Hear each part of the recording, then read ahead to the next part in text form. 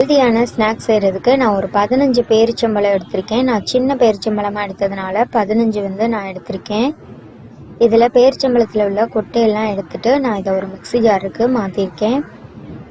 பேரிச்சம்பழம் எடுக்கும்போது நல்ல சாஃப்டான பேரிச்சம்பழமாக எடுத்துக்கோங்க, அப்போ தான் ரொம்ப நல்லாயிருக்கும். இப்போ இதில் ஒரு 1/4 கப் தண்ணி ஊற்றிட்டு இதை வந்து ஒரு 5 செகண்ட் வந்து சுற்றி எடுத்துகிட்டு வந்துடலாம். இதை ரொம்ப ஸ்மூத்தான பேஸ்ட்டாக அரைக்கக்கூடாது, இந்தளவுக்கு இருந்தால் கரெக்டாக இருக்கும். இப்போ இது இருக்கட்டும்.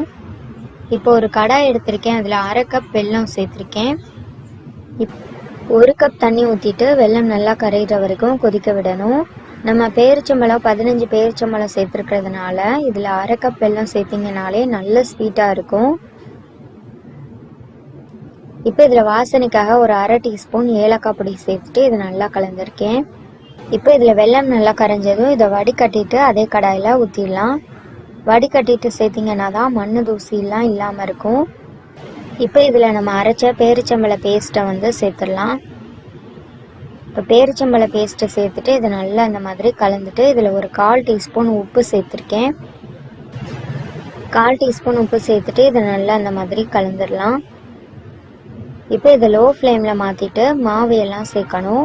நான் 3/4 கப் அரிசி மாவு எடுத்திருக்கேன். சாதாரண இடியாப்பம் வைக்கிற பச்சரிசி மாவு தான் எடுத்திருக்கேன்.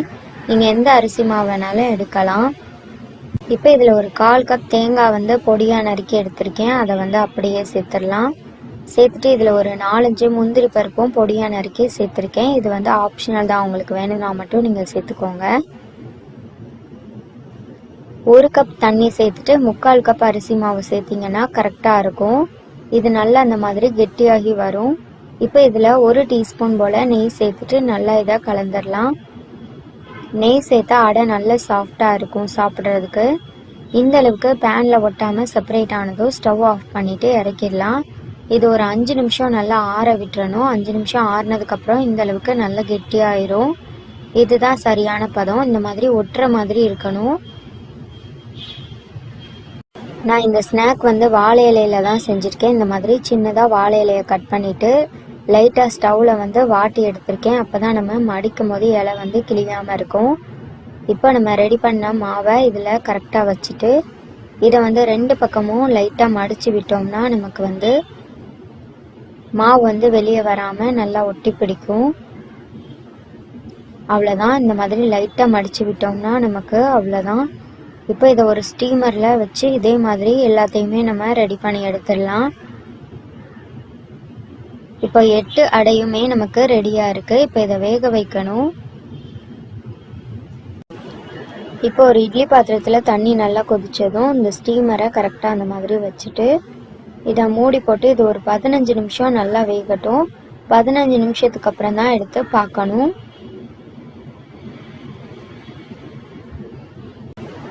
இப்போ ஒரு 15 நிமிஷம் ஆயிருக்கு. நல்ல வாசனை வந்திருக்கு. நம்ம சேர்த்த ஏலக்காய் பொடி பேரிச்சம்பழ வாசனையோட சூப்பரான ஸ்நாக் வந்து ரெடி ஆயிட்டு. இது வந்து ஒரு 10 நிமிஷம் நல்லா ஆறுனதுக்கு அப்புறம் தான் நம்ம வாழை இலையில இருந்து இந்த மாதிரி எடுக்கணும். அப்பதான் நமக்கு ஒட்டாம அழகா வரும். ஆறுறதுக்கு முன்னாடி எடுத்தீங்கன்னா ஒட்டுற மாதிரி இருக்கும். அவ்வளோதான். நான் இதை ஒரு பிளேட்ல சர்வ் பண்ணியிருக்கேன். சூப்பரான டேஸ்ட்ல ரொம்பவே ஹெல்தியான ஒரு ஸ்நாக் வந்து ரெடி ஆயிட்டு.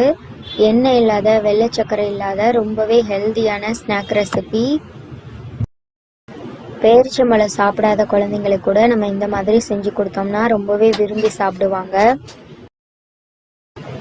இந்த ஹெல்தியான எண்ணெய் இல்லாத ஸ்நாக் ரெசிபி உங்களுக்கு பிடிச்சிருந்ததுன்னா இந்த வீடியோவை மறக்காம உங்க ஃப்ரெண்ட்ஸ் அண்ட் ஃபேமிலியோட ஷேர் பண்ணிக்கோங்க. நான் எந்த அளவுக்கு சாஃப்டாக வந்திருக்குன்னு காட்டியிருக்கேன். நல்ல சாஃப்டாக வந்திருக்கு. நம்ம தேங்காய் முந்திரி பருப்பு எல்லாம் சேர்த்ததுனால அதோட சேர்த்து சாப்பிட்றதுக்கு ரொம்பவே நல்லா இருக்கும். இந்த ரெசிபியை கண்டிப்பாக நீங்களும் வீட்டில் ட்ரை பண்ணி பார்த்துட்டு உங்களுக்கு எப்படி வந்ததுங்கிறத கமெண்ட் பாக்ஸில் கண்டிப்பாக சொல்லுங்கள்.